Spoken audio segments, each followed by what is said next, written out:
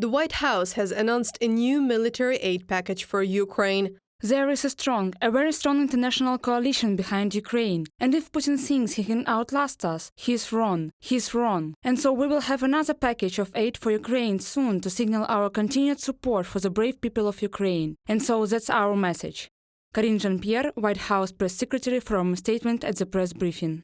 The statement is particularly important considering recent decisions of the U.S. Congress. For example, a package of additional funding for Ukraine was excluded from the temporary budget adopted the other day to prevent a government shutdown. First of all, this did not depend on Ukraine as such. It was an internal political struggle. And this support package did not include the very important issue of protecting the southern border with Mexico, which is very important to the Republicans. So the Democrats and conservative traditional Republicans are planning to make a definite package on two of these issues, the border and support for Ukraine, and will vote on it over the next few weeks.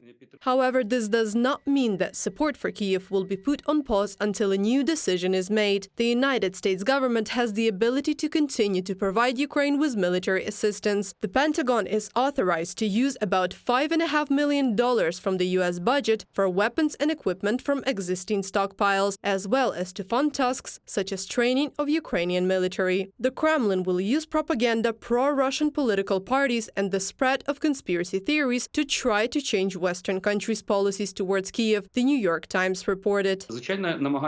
Of course, they are trying to promote the idea that the Ukrainian counteroffensive reached a dead end right now. And in fact, that's why there is supposedly no point in continuing to supply weapons to help Ukraine. Thank God that such messages, ideas and theses are not very well received in the West. They, the governments, understand that more help is needed.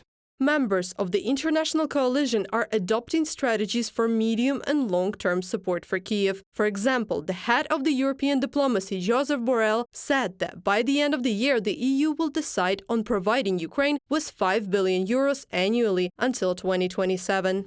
This is also a strong signal to Russia. We are telling them that we are not intimidated by their missiles. We are determined to support Ukraine, their struggle for freedom and independence, and this support will continue. Josep Borrell, High Representative of the European Union for Foreign Affairs and Security Policy, at the EU Foreign Affairs Council meeting in Kyiv. Someone is deliberately making an impression and spreading information that support for Ukraine has weakened. But don't wait, that will not happen.